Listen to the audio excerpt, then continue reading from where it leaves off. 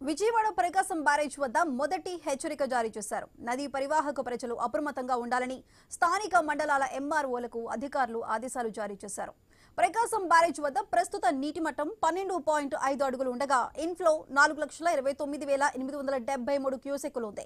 Outflow 4,16,622 క్యూసెక్కుల వరదను అధికారులు సముద్రంలోకి వదులుతున్నారు. విజయవాడ ఐ న్యూస్ ప్రతినిధి అబ్దుల్ యాకూబ్ ప్రకాశం బ్యారేజ్ వద్ద నుంచి మరింత సమాచారం అందిస్తారు.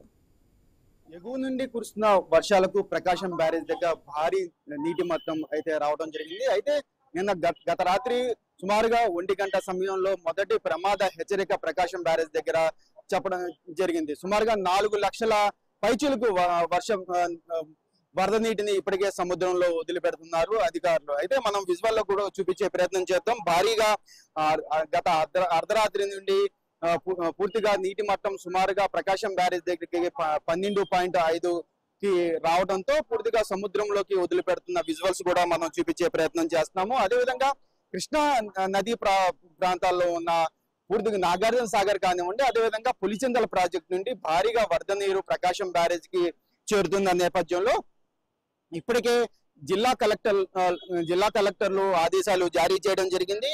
కృష్ణా పరివాహ ప్రాంతాల్లో ఉన్న ఎంఆర్ఓలు జాగ్రత్తలు పాటించాలి, అక్కడ ఉన్న లంక ప్రాంతాల్లో ఉన్న వాళ్ళని సురక్షిత ప్రాంతాలకు తరలించాలి అని కూడా ఇప్పటికే ఆదేశాలు జారీ చేయడం జరిగింది. మొదటి ప్రమాదిక హెచ్చరిక చేయడంతో అంటే లంకల్లో ఉండే వాళ్ళు ఆవుల్ని గేదెల్ని కూడా నదిలోకి తీసుకెళ్లకూడదు, నదీ ప్రాంతాలకు తీసుకెళ్లకూడదు అని కూడా చెప్పడం జరిగింది. మరో పక్కన చేపల వేటకి వెళ్లే వాళ్ళు కూడా ఈ వేట చేయొద్దు అని కూడా ఆదేశాలు జారీ చేయడం జరిగింది. ఇప్పటికే మనం ఇన్ఫ్లో చూసుకుంటే సుమారుగా 4,29,873 క్యూసెక్ల నీళ్ళని ఇప్పటికే సముద్రంలో వదిలిపెడతారు. మరో పక్కన కెనాల్స్ కి చూసుకుంటే రైట్ కెనాల్ కానీ లెఫ్ట్ కెనాల్ కానీ సుమారుగా 13,000 క్యూసెక్ల నీటిని రైట్ కెనాల్ కి లెఫ్ట్ కెనాల్ కి వదిలిపెడుతున్నారు. మరో పక్కన గుంటూరు కెనాల్ కి సంబంధించి 13,320 క్యూసెక్ల నీరుని గుంటూరు కెనాల్ కి వదిలిపెడుతున్న సరే సంగతి ఇప్పటికే తెలుస్తుంది. అయితే సుమారుగా 72 గేట్లు పూర్తిగా ప్రకాశం బ్యారేజ్ దగ్గర ఎత్తేయడం జరిగింది. ఆ విజువల్ మనం చూపించే ప్రయత్నం కూడా చేస్తాము.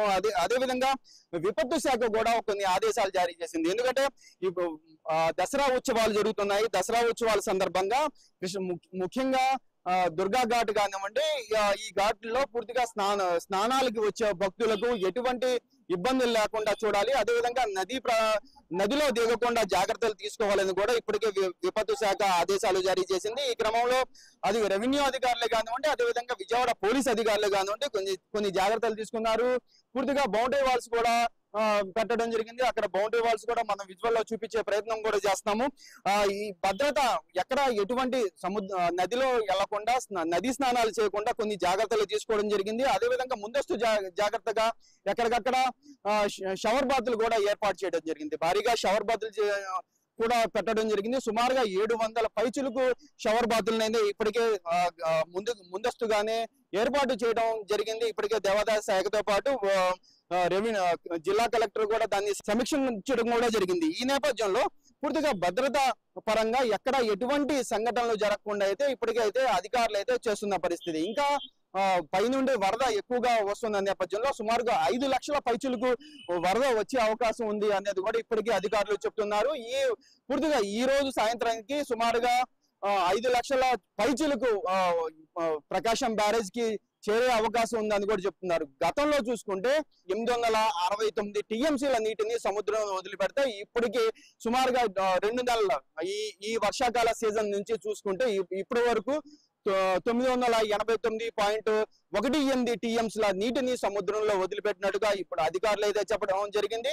ఇదే ఓవరాల్ గా చూసుకుంటే ప్రకాశం బ్యారేజ్ దగ్గర మొదటి ప్రమాద హెచ్చరిక అయితే జారీ చేశారు. అందువల్ల నదీ ప్రవాహిక ప్రాంతాల వారు జాగ్రత్తలు విధించాలని కూడా పూర్తి స్థాయిలో అధికారులు అయితే చెప్తున్న పరిస్థితి అయితే ఇక్కడ ఉంది.